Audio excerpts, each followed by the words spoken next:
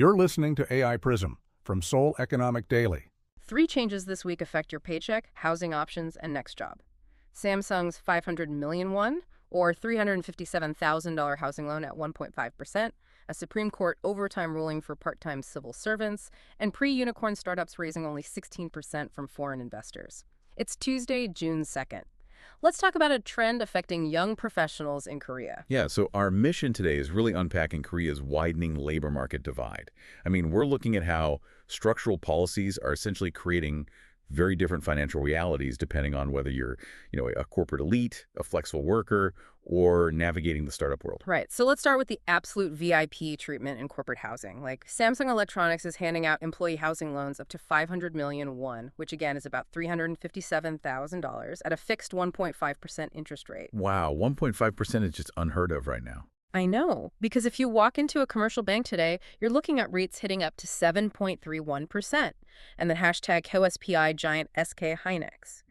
Their union is actively pushing to raise their current 100 million won, or $71,000 cap, literally just to match Samsung's massive benefit. Well, yeah, they want that same structural advantage, right? Exactly. Think of housing regulations like a strict diet.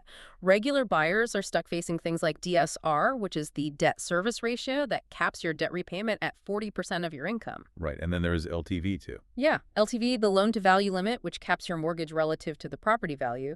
But corporate employees, they get this VIP buffet pass, just completely bypassing those government limits. They really do.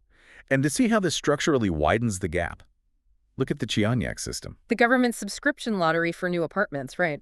Yeah, exactly. So this June, there are 29,274 units available. If you are a regular buyer looking at a premium 1.5 billion won, or roughly $1.07 million home in Seoul, the government strictly caps your mortgage at 400 million won. That is about $285,000. Which leaves a massive gap you have to cover in cash. It does. But those corporate loans give employees up to 300 million won, or $214,000, in extra borrowing firepower.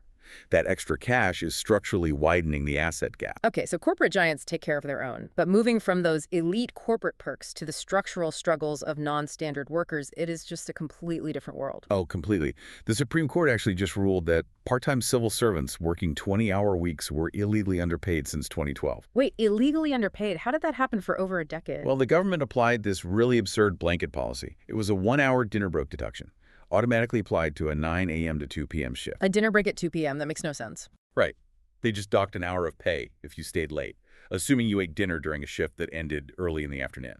That is wild. But does this niche civil servant ruling actually set a precedent for, say, a private sector flexible worker? Absolutely. It provides solid legal ground to fight one-size-fits-all overtime policies.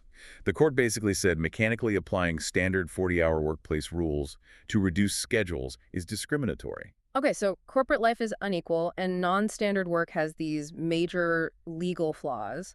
What about this startup ecosystem as an alternative?